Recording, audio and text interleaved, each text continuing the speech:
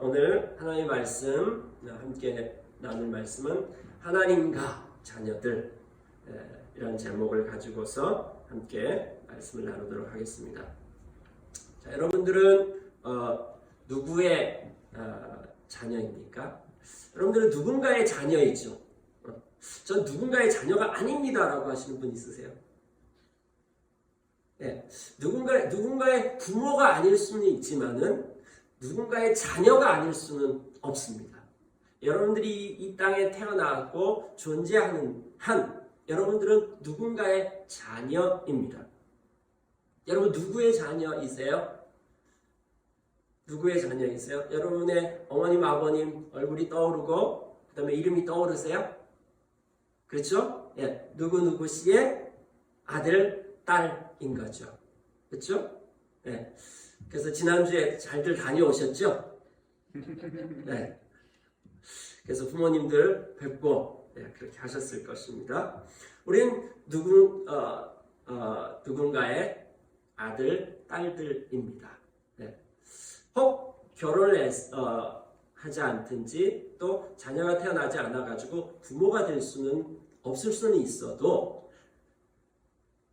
자녀가 아니면서 우리가 존재할 수는 없습니다. 우린 누군가의 자녀입니다.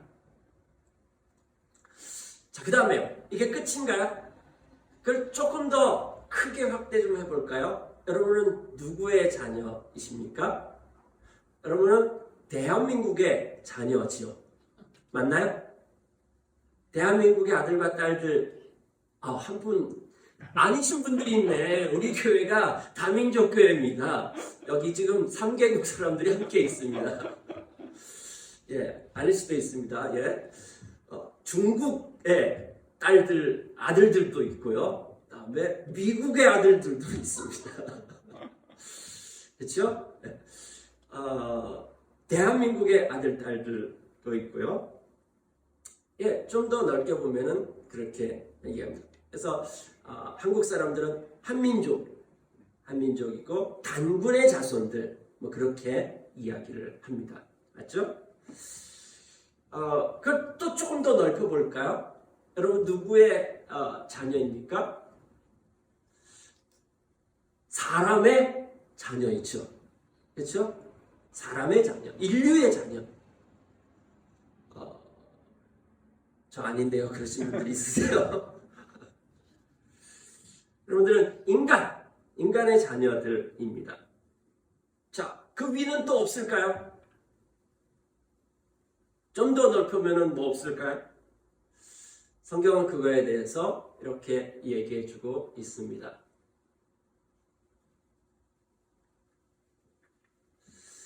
요한복음 8장 44절에 봐보니까 너희는 너희 아비 마귀에게서 났으니 이는 그가 거짓말쟁이요 거짓의 아비가 되었습니다. 여기 봐보니까 마귀의 자녀, 마귀의 자식이 있다라고 얘기를 하고 있고요. 그 다음에 에베소 5장 8절에 하니까 여러분이 전에는 어둠이었으나 지금은 주님 안에서 빛입니다. 빛의 자녀답게 사십시오. 예, 빛의 자녀, 어둠의 자녀, 마귀의 자녀, 하나님의 자녀 이렇게 이야기하고 있습니다. 성경에서는 딱 두 세상이 있다라고 이야기하고 있습니다. 하나는 하나님의 나라이고 또 하나는 세상 나라입니다. 그래서 이 세상과 저 세상, 하나님 나라, 세상 나라. 자, 하나님 나라 여기에서는 하나님의 자녀. 왜 우리가 하나님의 자녀일까요? 성경에서는 또 기독교에서는 하나님을 아버지라고 불러요. 왜 우리가 아버지라고 부를까요? 아버지라고 하는 것은 시작이라고 하는 그런 뜻입니다. 태초에 하나님이 천지를 창조하셨다. 하나님께서 인간을 창조하셨습니다. 그래서 세상에 있는 모든 세상 만물들, 인간이 하나님께로부터 왔다. 그래서 하나님을 아버지라고 그렇게 이야기합니다. 그러면 하나님이 우리를 창조하셨으니까 우리는 인간들은 하나님의 자녀다 이렇게 얘기할 수 있는 것입니다. 그런데 인간들이 하나님을 떠나갔어요. 우리 지난주에 아버지 집으로 해가지고 탕자에 대한 이야기를 좀 나눴습니다.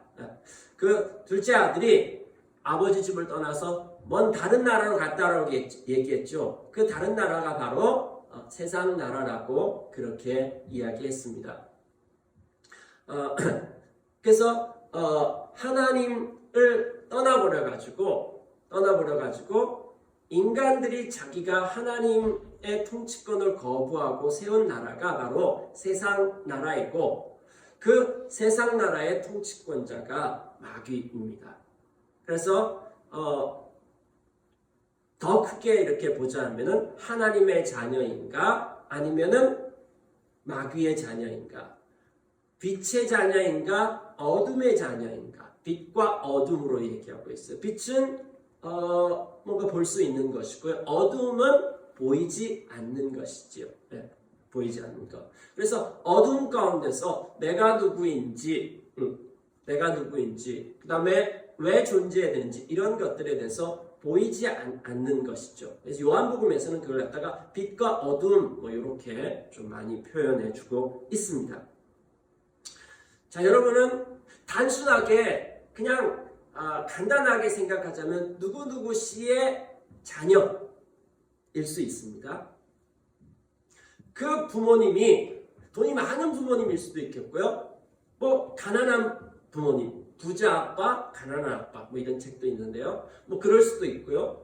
그 다음에 지위가 높으신 분일 수도 있고요. 그렇지 않은 분이실 수도 있겠고요. 예, 그럴 수 있습니다.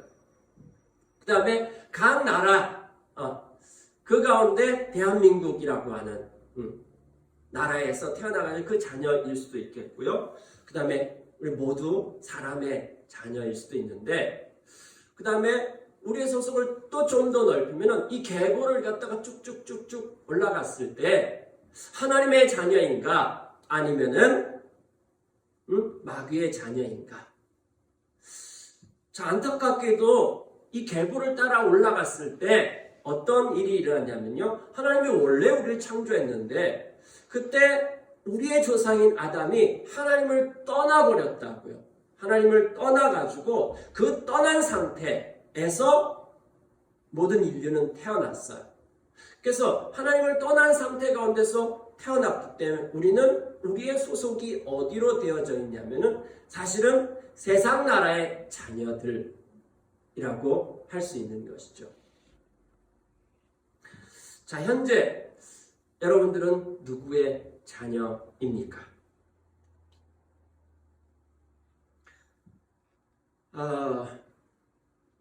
여기에서 우리는 어떻게 하나님의 자녀가 될 수 있을까요? 그 다음에 하나님의 자녀라고 하는 것은 도대체 어떤 사람들이 하나님의 자녀일까요? 어떻게 하나님의 자녀로 살아갈 수 있을까요?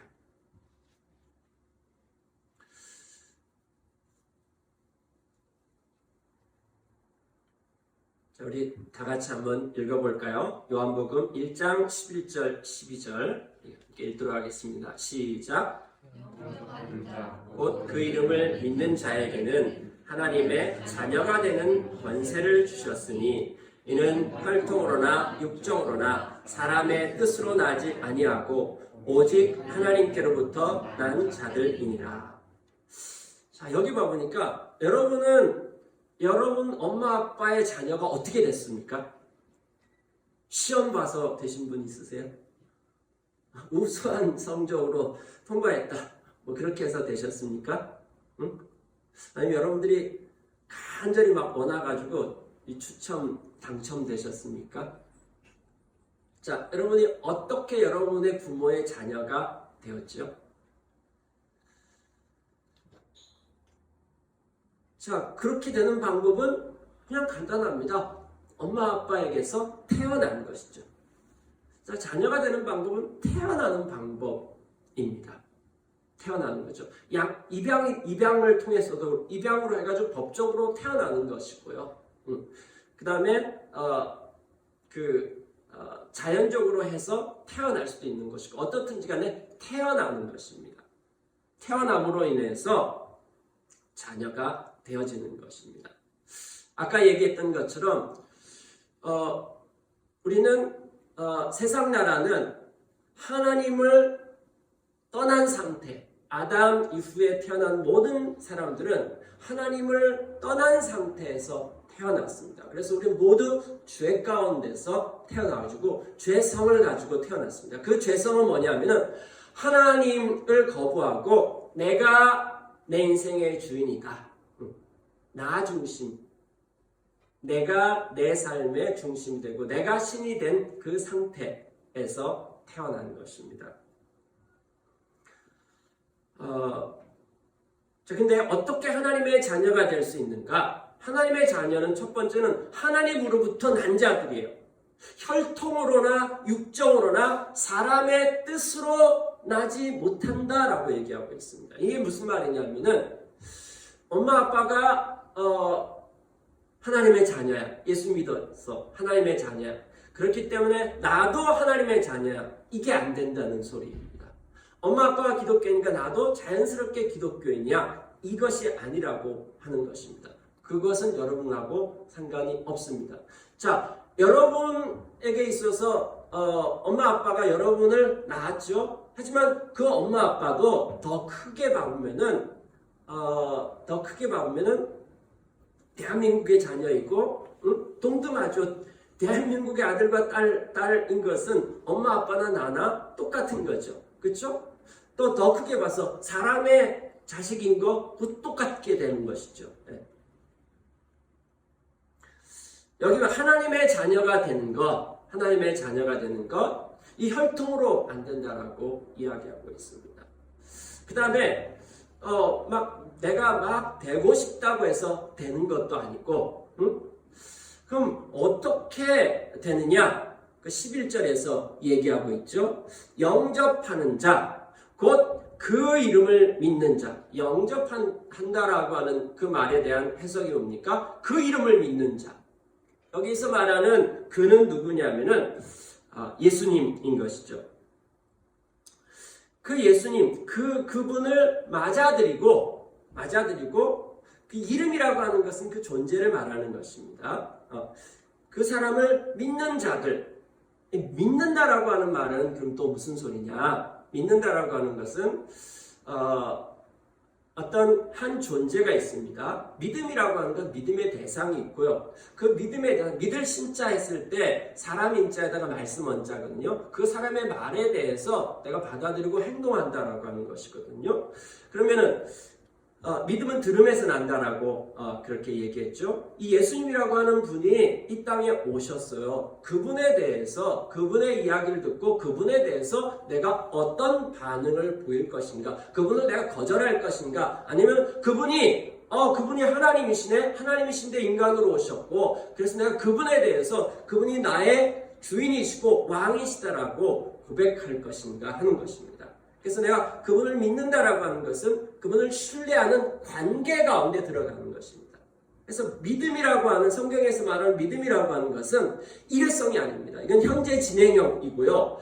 관계라고 하는 것은 일회성이 아니라 그게 계속 지속되어지는 것을 의미하는 것입니다. 그래서 예수님을 나의 주님으로, 왕으로 고백하고 그분과의 관계가 시작되어지는 것입니다. 그분을 신뢰하는 관계가 시작되어질 때 바로 그때 놀라운 일이 일어나는 거예요. 어떤 일이 일어나냐면 우리가 하나님의 자녀로 태어나는 일들이 일어나는 것입니다. 어디에서요? 우리가 마귀에게 소속되어져 있고 이 세상 나라에 소속해서 하나님의 자녀로 태어나는 일들이 일어나는 것입니다. 이건 놀라운 신비인 것입니다. 정말 놀라운 신비입니다. 말씀을 듣고요. 그 말씀 안에 들어가서 그것이 믿어지기 시작하고 그분에 대한 반응이, 행동이 나타나기 시작하고요. 그래서 그분과의 관계가 시작되어지는 것, 하나님과의 관계가 시작되어지는 것. 이것을 중생이라고 얘기하기도 하고요. 거듭남이라고 얘기하기도 하고요. 예수 믿는다. 그럼 이렇게 다시 태어났다. 하나님하고의 관계가 시작되었다. 이렇게 얘기할 수 있습니다. 이런 방법으로 우리가 하나님의 자녀가 되는 것, 하나님의 자녀로 태어나는 일들이 일어나는 것입니다. 자, 그럼 여기까지 했을 때 여러분에게 이 사건이 있었습니까? 여러분에게 이 사건이 없었다라면은 여러분들이 원하든지 않든지 간에 여러분의 소속은 분명합니다. 여러분에게 이 사건이 있었다라고 하면은 여러분은 이제 여러분의 소속이 하나님의 자녀로 태어나는 것입니다. 이 태어나는 걸 통해서 우리는 하나님의 자녀가 되었습니다. 다른 어떤 방법으로도 하나님의 자녀가 될 수 있는 방법은 없습니다.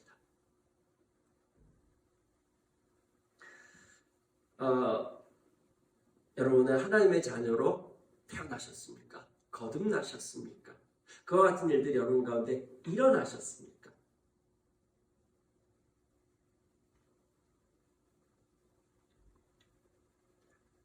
자, 없다라고 한다면은 여러분들이 그 하나님의 말씀을 듣고 그분을 알아가기 시작하고 그분이 누구신지에 대해서 우리가 이 예배에 나왔고 또 성경을 보고 이와 같은 걸 통해 가지고 내가 누구인지 여러분들이 아셔야 되고요. 그 다음에 그걸 통해 가지고 여러분들이 이제 그분 앞에 고백하는 것이죠. 그럴 때 하나님께서 놀라운 은혜를 주시고 우리가 하나님의 자녀로 태어나는 놀라운 신비가 일어나는 것입니다. 그 다음에요. 자, 이렇게 우리가 이제 태어났어요. 하나님의 자녀로 태어났어요. 그 다음에는요. 하나님의 자녀가 되었다라고 하면은 하나님의 자녀는 도대체 또 어떤 사람인가 하는 것이죠. 자, 누구누구의 자녀라고 그렇게 얘기했을 때 이 누구누구의 자녀, 아까 아버지라고 하는 말이 시작이라고 얘기했죠. 근데 누구누구의 자녀라고 하는 말은 이 말은 어떤 의미냐면은 어떤 속성을 가지고 있다 이런 의미입니다. 예를 들어서 빛의 자녀다 그러면 빛의 속성을 가지고 있다라고 얘기할 수 있는 것입니다. 그래서 누구누구의 아들이라고 하는 것은 누구누구의 딸이라고 하는 것은 그분의 DNA를 가지고 있는 거죠. 그렇죠? 그 다음에 닮았어요. 막 닮아가려고 막 노력한 것도 아닌데 닮았어요. DNA가 있는 것이죠. 자, 이게 누구누구의 자녀라고 할 수 있습니다. 요한복음 5장 19절 우리 한번 다 같이 읽어볼까요? 시작. 예수께서 그들에게 말씀하셨다. 내가 진정으로 너희에게 말한다. 아들은 아버지께서 하시는 것을 보는 대로 따라할 뿐이요 아무것도 마음대로 할 수 없다. 아버지께서 하시는 일은 무엇이든지 아들도 그대로 한다. 여기 보니까 아들과 아버지에 대한 이야기가 이렇게 나와 있죠. 자, 여러분들이 태어나가지고 배운 모든 것들은 어떤 식으로 배웠죠? 어떤 식으로 배웠습니까? 모방하는 거죠. 따라하는 거죠. 이 배울 학자가 있죠. 배울 학자. 배울 학자가 원래 어떤 뜻이냐면은 원어의 맨 처음에 이 학자 고대 중국어에서 배울 학자는 모방한다라고 하는 뜻입니다. 선생님이 있으면은 그 선생님에 대해서 모방하는 것입니다. 우리의 모든 것은 모방을 통해서 배움이 일어납니다. 여러분들이 어린아이였을 때 말하는 거, 그 다음에 또 밥 먹고, 그 다음에 제일 기본적인 모든 것들을 하는 것은 집에서 엄마 아빠를 보고서 따라하는 것이죠. 따라하는 것. 지금 예수님께서 뭐라고 얘기하시냐면은 아들은 아버지께서 하시는 것을 보는 대로 따라하고 아무것도 마음대로 할 수 없다. 아버지께서 하시는 일은 무엇이든지 아들도 그대로 한다. 이 말은 너 아무것도 못해. 내가 하는 대로만 해. 이 말이 아니라 아버지를 모방하고 아버지하고 함께 있으면서 점점 아버지를 닮아간다라고 하는 그러한 의미인 것입니다.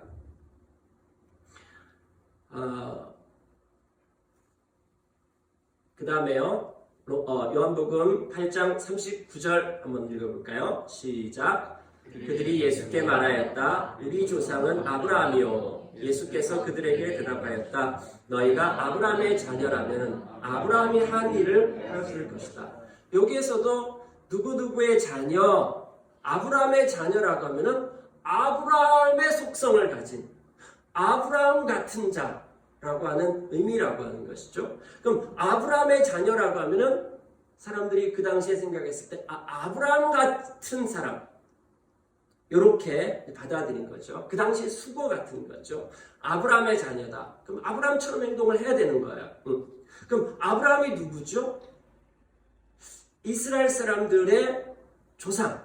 이 시조가 누구냐면 아브라함인 것이죠. 그래서 신약 성경 시작할 때 어떻게 얘기하겠어요? 아브라함과 다윗의 자손. 이스라엘 사람들은 아브라함의 자손이라고 그렇게 여기는 거죠. 자, 그럼 자기네들이 아브라함의 자손이라고 한다면은 지금 그 사람들이 어떤 일을 행하는 것을 통해서 이 사람들이 아브라함의 자손이라고 하는 걸 알 수 있을까요? 아브라함은 뭐의 대명사죠? 믿음의 조상 이렇게 얘기하는 거죠. 그렇게 얘기하거든요. 그래서 근데 이 사람들은 지금 아브라함의 자손이라고 얘기하면서 예수님께서 오셔가지고 구약 성경에 하나님께서 하신 이야기들을 얘기하고 성취하고 있는데 예수님을 거부하고 있는 거예요. 너희는 아브라함의 자손이라고 하면서 아브라함과 똑같이 반응하지 않고 너희들이 나를 거부하고 있다. 이런 얘기를 한 것입니다. 그 다음에요. 8장 44절 한번 읽어볼까요? 시작. 너희는 너희 아비인 악마에게서 났으며 또 그 아비의 욕망대로 하려고 한다. 그는 처음부터 살인자였다. 그는 진리 편에 있지 않다. 그것은 그 속에 진리가 없기 때문이다. 그가 거짓말을 할 때에는 본성에서 그렇게 하는 것이다. 그는 거짓말쟁이이며 거짓의 아비이기 때문이다. 여기 와보니까 예수님이 그 사람들한테 이제 예수님을 반대하는 유대인들한테 한 얘기입니다. 그들이 지금 우리는 하나님의 자손이고 아브라함의 자손이다 라고 얘기했는데 그들 가운데 하나님의 특성, 아브라함의 특성 없는 거예요. 안 나타나는 거예요. 네. 그러면서 예수님께서 그들에게 진단할 때 뭐라고 진단하냐면은 너희는 악마에게서 났다. 마귀에게서 났다. 왜? 마귀의 본질은 뭐냐면은 마귀도 똑같이 하나님을 떠나가지고 자기가 주인이라고 자기가 왕이라고 했거든요. 그러니까 그 아비의 욕망대로 하려고 한다. 사단은 뭘 가지고 사람들을 통치하고 유혹하고 그런지 아세요? 사단이 우리를 대신해서 뭔가 죄를 지을 수는 없습니다. 근데 사단은 계속해서 우리 가운데 생각을 불어넣어주고 우리를 유혹하고 그런데 사단의 통치 방법은 이거예요. 네가 네 인생의 주인이니까 네 마음대로 해. 그게 자유야. 이렇게 사단이 얘기합니다. 그래서 내가 내 인생의 주인이 되어가지고 내 마음대로 막 살기 시작하는 거죠. 그렇게 됐을 때 모든 사람들이 다 그런 삶을 살기 시작하면요. 그 세상은 자유가 없어지게 되고요. 그 세상은 혼돈하게 되어지는 것이죠. 여기 지금 너희는 너희의 아비인 마귀의 속성을 가지고 있다. 너희들이 살아가는 그 라이프 스타일이 마귀의 속성을 가지고 있다. 그는 거짓의 아비이다. 그런 속성을 너희들이 지금 가지고 있다라고 하는 것이죠. 자, 예수님께서는 하나님이 누구신지 그 하나님을 모방하고 있는 거예요. 예수님은 이 사상가들이라든지 그다음에 또 사대 성인이라든지 이렇게 얘기했을 때 전부 다 자기의 어떤 독특한 사상을 얘기하는 것이죠. 예. 그런데 예수님께서는 독창적이 아니에요.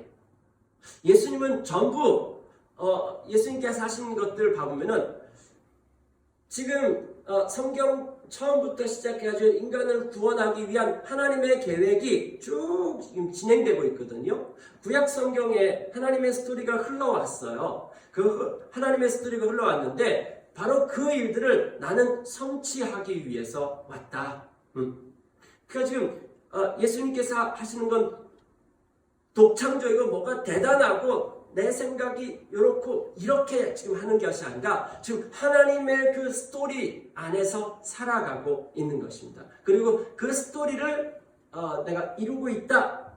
지금 이렇게 하고 있는 것입니다. 그게 바로 하나님의 자녀의 모습, 하나님을 닮은 모습. 하나님을 닮은 모습은 나 하나님의 자녀. 요즘 우리가 이제 누구누구의 자녀야 이렇게 얘기했을 때 이걸 갖다가 어깨에 힘이 빡 들어가게 되죠. 그래서 그걸 그 권세를 사용하는데 하나님의 자녀라고 하는데 예수님은 어떻게 하고 있습니까? 십자가를 향해서 가고 있어요. 십자가에서 죽으셔요. 되게 초라해 보이고 하나님의 자녀라고 하는데 십자가에 가서 초라하게 죽으셔요. 자, 이게 하나님의 자녀의 모습입니다. 이게 바로 하나님을 닮은 모습입니다.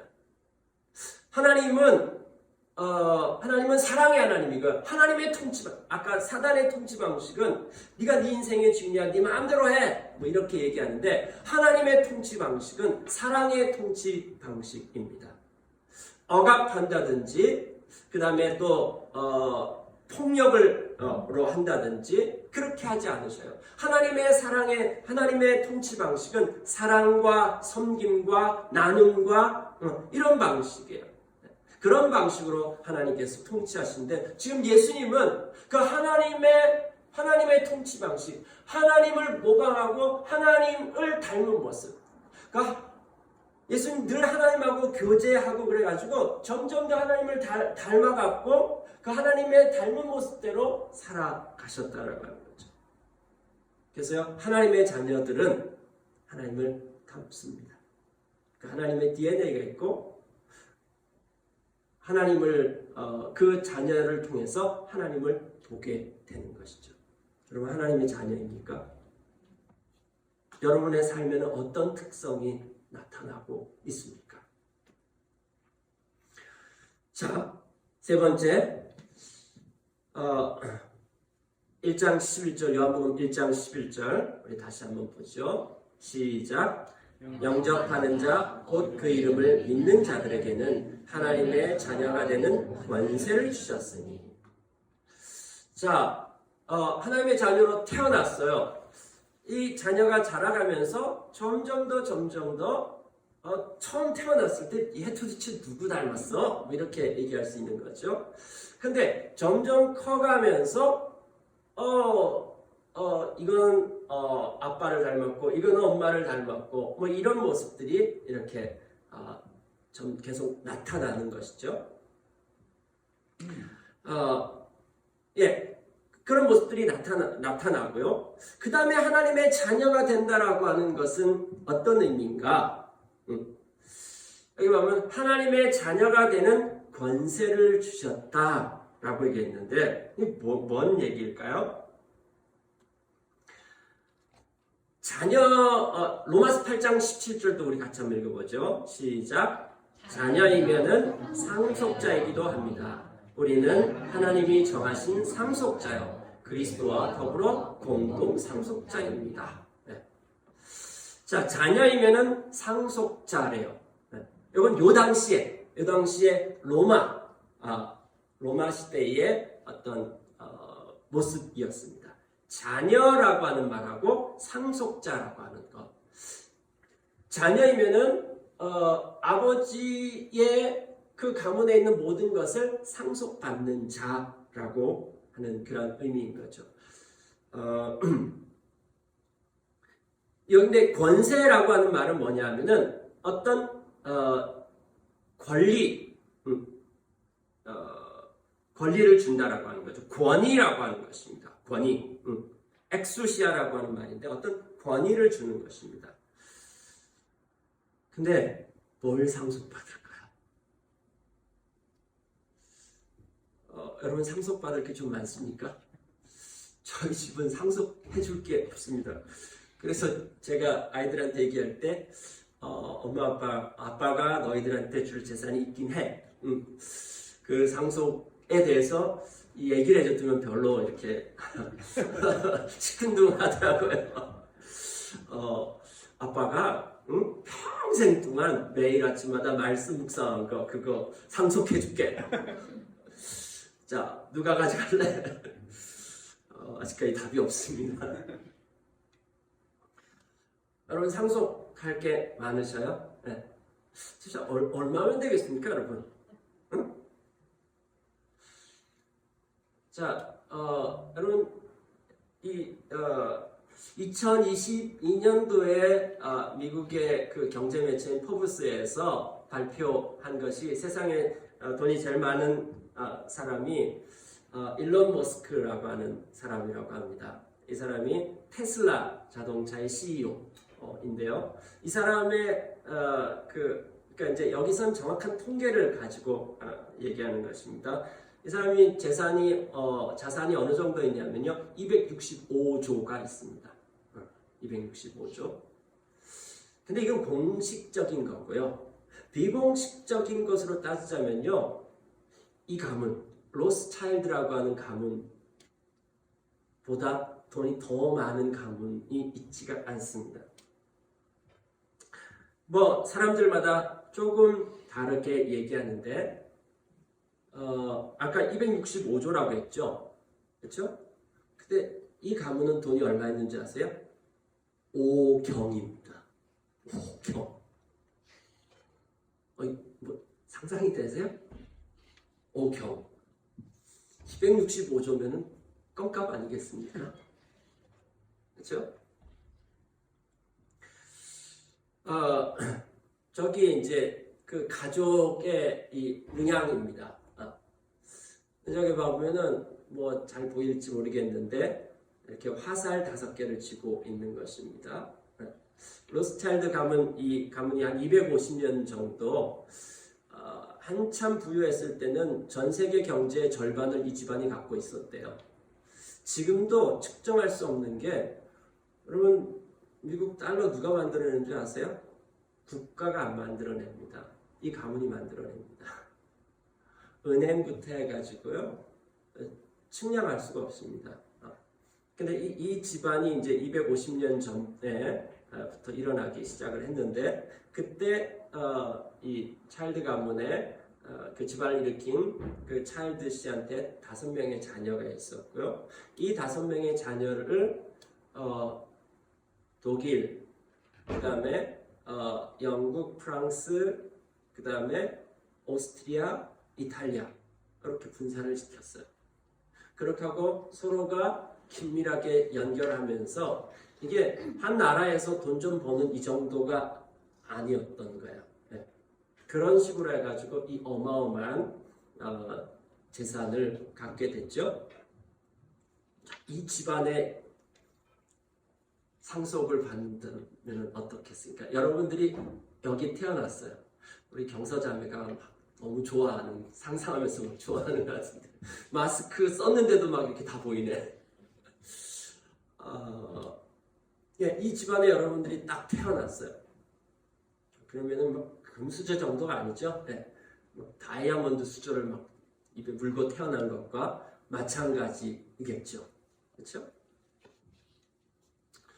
자, 이 정도 상속받으면 좀 괜찮으시겠어요? 아니 뭐 이 정도는 바라지도 않아요? 자, 또 한 가문을 소개해 드리겠습니다. 하나님 가인데요, 여기에 문양이 있습니다. 여기도 문양인데 어떤 문양인 줄 아세요? 이런 문양입니다. 십자가입니다. 근데 저 십자가는 사실은 그 안에 봐보면 원래 십자가는 폭력의 상징이었죠. 폭력의 상징인데 예수님으로 말미암아 저게 하나님 나라 가문의 문양이 됐죠. 사랑의 십자가인 거죠. 그다음에 그 밑에 사자와 양이 있습니다. 아주 상극이죠. 요한계시록에 보면은 사자와 양에 대한 이야기, 예수님을 표현하는데 어린 양이다 소개했는데 딱 봐보니까 사자이시다 이렇게 소개하는데 눈으로 보니까 어린 양이에요. 분명히 귀로는 사자라고 얘기를 들었는데 눈으로 볼 때는 어린 양인 것입니다. 그러면 신약 성경 전체가 바로 이 것으로 다 설명되어 줄 수 있습니다. 예수님께서 저 방법으로 우리를 하나님의 자녀되게 만들었고 저 방법으로 세상 나라에서 승리하셨고 십자가에서 사단에게 인간이 빼앗긴 통치권을 회복해 오셨고 저 방법으로 우리도 승리할 것이다. 이게 신약 성경 내용입니다.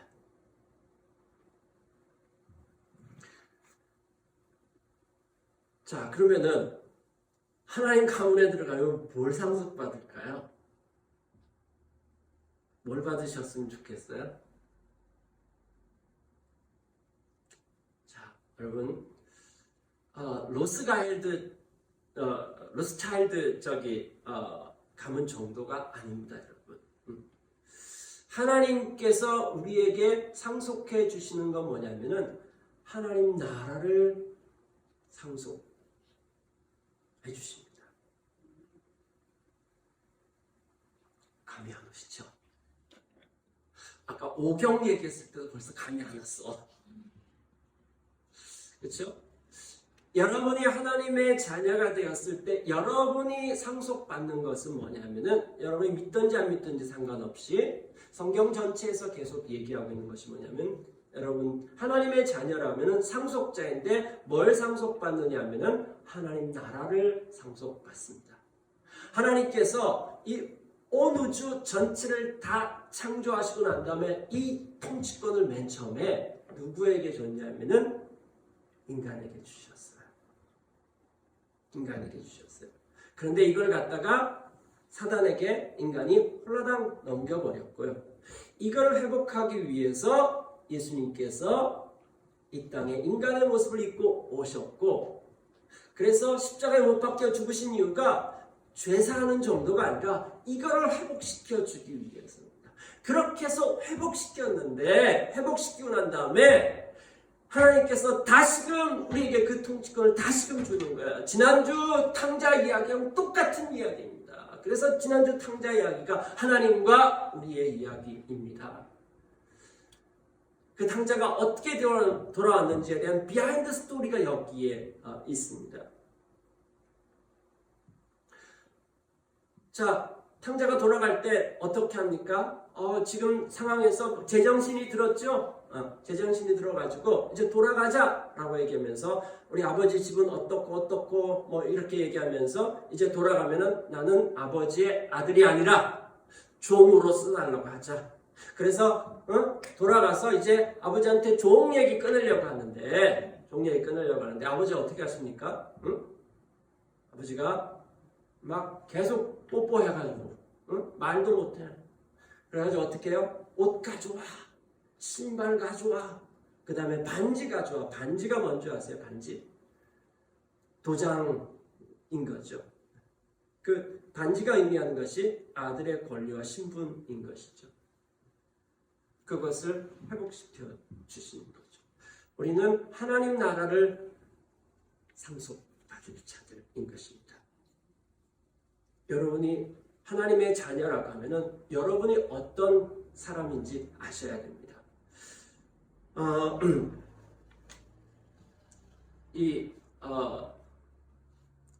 공자는 태산을 올라가고 난 다음에 등태산, 소천하, 중국어로 하면은 덩탈산, 天下이렇게 얘기했습니다. 그게 뭡니까? 태산을 한번 올라갔다면은 천하가 너무 작게 느껴진 것이죠. 태산이 굉장히 높은 산입니까? 1524m인가 그 정도밖에 되지 않습니다. 거기에 올라가고 난 다음에 천하가 적게 보였대요. 네.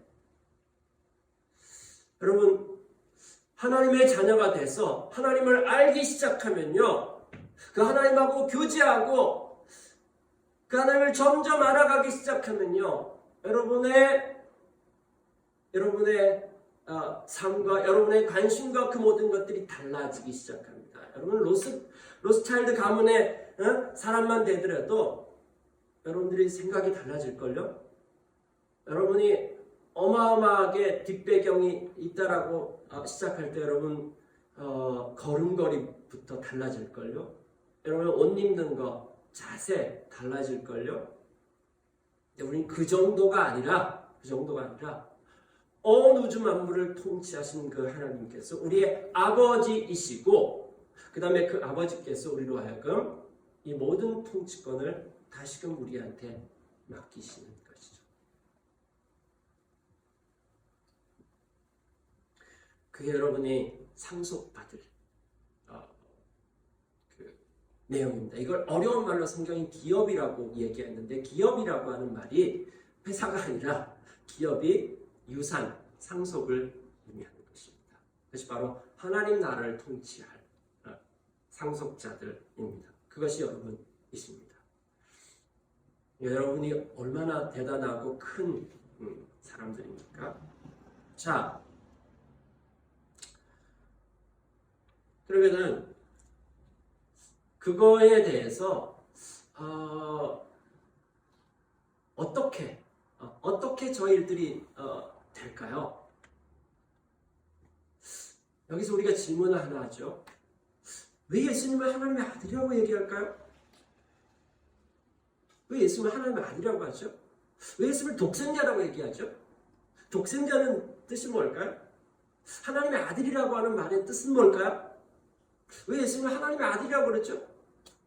그리스도라는 말은 뭐고, 하나님의 아들이라는 말은 뭐고, 주는 그리스도시오, 살아계신 하나님의 아들이십니다. 이런 표현들이 도대체 뭔가? 이 제일 기본적인 표현이 모호해지면 여러분들이 신앙생활하는 데 있어서 굉장히 모호해집니다. 여러분, 하나님의 아들이라고 하는 저 표현은 예수님에게만 쓰여지지 않았습니다. 자, 맨 처음에 하나님의 아들이라고 하는 표현이 맨 처음에 누구한테 쓰여졌는지 아세요? 아담에게 쓰여졌습니다. 네. 성경에 없는 얘기하는 거 아닙니다. 성경에 다 있는 얘기입니다. 아담을 갖다가 하나님의 아들이라고 얘기했습니다. 그 다음에 두 번째는요, 누구에게 하나님의 아들이라고 했는지 아세요? 이스라엘 사람, 이스라엘을 하나님의 아들이라고 얘기했습니다.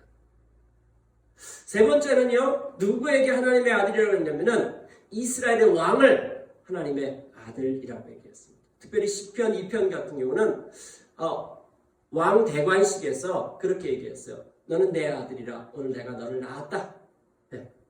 이스라엘의 왕을 하나님의 아들이라고 얘기했습니다. 그 다음에 예수님을 하나님의 아들이라고 얘기했는데, 예수님은 그 가운데 하나님의 아들 중에 독생자, 이렇게 얘기했습니다. 독생자를 주셨으니.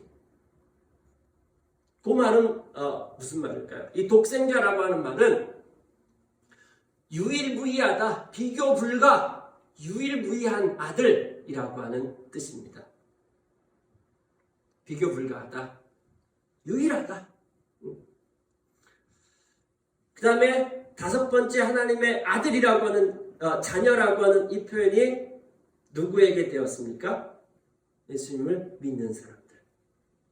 그래서 성경 전체는 하나님의 아들, 하나님의 자녀라고 하는 표현이 요 5번이 나오고 있습니다. 그럼 이 말이 무슨 뜻이냐? 하나님의 아들이라고 하는 것은 대표자를 의미하는 것입니다.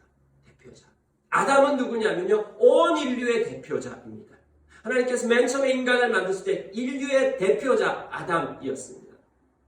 근데 아담이 범죄했어요. 그래서 범죄한 이 인류를 구원하기 위해서 택하신 한 민족이 있어요. 그게 바로 이스라엘이에요. 이스라엘을 택하신 이유는 이스라엘만 이뻐서가 아니라 이스라엘을 통해 가지고 이스라엘이 온 세상 나라의 반장으로 대표로 뽑으셨어요. 뽑은 이유는 이 이스라엘을 통해서 온 인류를 구원하시기 위한 대표자로 이스라엘이라고 하는 나라를 택했습니다. 그 다음에 이 이스라엘이라고 하는 나라의 대표자가 누구냐면 이스라엘의 왕이었습니다. 근데 아담, 이스라엘의 왕 다 실패했습니다. 다 그렇게 하지 않았어요. 그래서 예수님께서 하나님의 아들로 인간의 모습으로 인간의 대표자로서 오셔가지고 이 땅에서 하나님의 아들이 어떻게 살아가는 것인지, 하나님의 자녀가 하나님을 닮은 모습으로 어떻게 살아가는지에 대해서 우리 가운데 이 땅에 오셔가지고 본을 다 보여주신 것입니다. 예수님 오셔가지고 그냥 십자가에 딱 죽으시고 돌아가신 것이 아니라 태어나셔서 자라가시면서 그 모든 것 어떻게 하나님의 자녀로, 하나님의 자녀의 원래의 모습, 원형의 모습, 하나님의 형상대로 살아가는 그 본래의 모습을 예수님께서 보여주시는 것이죠. 그리고서 끝까지 십자가에 죽기까지 순종하시고 하나님 닮은 모습으로 살아가는 것이죠. 그래서 그분이 독생자이십니다. 비교 불가하고 유일무이한 그분을 믿었을 때 우리가 하나님의 자녀, 하나님의 아들로 되는 것이죠. 예수님께서 그러한 본을 보여주셨습니다. 그 다음에 우리로 하여금 그렇게 하나님의 자녀로 살기 위해서 지금부터 뭐 조선시대처럼 조선시대는 왕이 되기 위해서는요 이 서연이라고 하는 것이 있었습니다. 3살 때부터 시작해가지고 왕 교육을 받는 거예요. 그래서 하루에 3번씩 이 강의를 들었어야 됐어요. 이 세자를 가르치기 위한 선생님이 한 20명 정도 됐고요. 3살 때부터 하루에 3번 강의 시간 정해놓고 한 달에 2번 아버지 교육 참석, 그 다음에 거기에서 시험해야 되고 불통 뭐 이런 거 과정 다 거쳐야 됐고요. 이렇게 어마어마한 과정을 거쳐가야 하는데 우리가 그렇게 해서 하나님의 자녀가 되는 것이 아닌 것입니다. 그 하나님을 알아가는 것, 태어나서 그 하나님하고 교제하고 그 하나님을 알아가면 알아갈수록 우리는 하나님을 닮고요. 하나님 닮아가기 시작하면 우리가 상속자로서 이 세상에 일어나는 모든 일들에 대해서 관심 갖기 시작하고, 이 세상에 일어나는 모든 일들이 사실은 누구와 관련된 일입니까? 우리와 관련된. 왜? 하나님 우리에게 통치하고 다스리라고 주었기 때문입니다. 그래서 우리가 예수 믿기 시작하면요, 우리 넓어지기 시작하는 것입니다. 넓어지기 시작하고요. 하나님의 자녀로서의 놀라운 삶이 우리 가운데 있기 시작하는 것입니다. 그 삶을 예수 그리스도께서 이미 사셨습니다. 자, 로마서 8장 28절 29절 한번 다 같이 읽어보도록 하겠습니다. 시작. 사랑하는 사람들, 곧 하나님의 뜻대로 부르심을 받은 사람들에게는 모든 일이 서로 협력하여 선을 이룬다는 것을 우리는 압니다. 하나님께서 미리 아신 사람들을 택하셔서 자기 아들의 형상과 같은 모습이 되도록 미리 정하셨습니다. 이 말 복잡하지 않습니다. 그 뭐냐면 하나님이 우리를 불러가지고 모든 일들을 가지고 다 협력해가지고 결국은 하나님의 목적을 이뤄낸다라고 하는 것입니다. 그 선에 대한 내용, 하나님이 목적하신 바가 뭐냐 하면은 우리로 하여금 아들의 형상, 예수 그리스도 닮도록, 이게 하나님의 자녀의 그 모델 본 모습인데, 이렇게 되도록 결국은 만드실 것이다, 이 얘기입니다. 그 다음에요, 요한 1서의 3장 2절 한번 읽어보죠. 시작. 사랑하는 여러분, 이제 우리는 하나님의 자녀입니다. 앞으로 우리가 어떻게 될지는 아직 밝혀지지 않았습니다만 그리스도께서 나타나시면 우리도 그와 같이 될 것을 압니다. 그때 우리가 그를 참 모습대로 보게 될 것이기 때문입니다. 이게 무슨 말입니까? 예수님께서 이제 다시 오실 때 우리의 모습이 어떻게 된다고요? 우리도 그와 같이 될 것이다. 예수 그리스도의 모습처럼 될 것입니다. 아들로 하나님의 그 아들의 모습을 완전히 회복하게 될 것입니다. 여러분은 누구의 자녀입니까? 하나님의 자녀입니까? 아니면은 이 세상의 자녀입니까? 여러분 하나님의 자녀로 태어나셨습니까? 그리고 하나님의 자녀로 살고 있습니까? 그리스도인의 삶은 그리스도인이 된다, 제자가 된다, 하나님의 자녀가 된다. 다 같은 말입니다. 여러분, 여러분들이 예수 그리스도를 주로 고백하고 영접해서 하나님의 자녀로 태어나고 하나님의 자녀로 살아가시기를 간절히 축복합니다.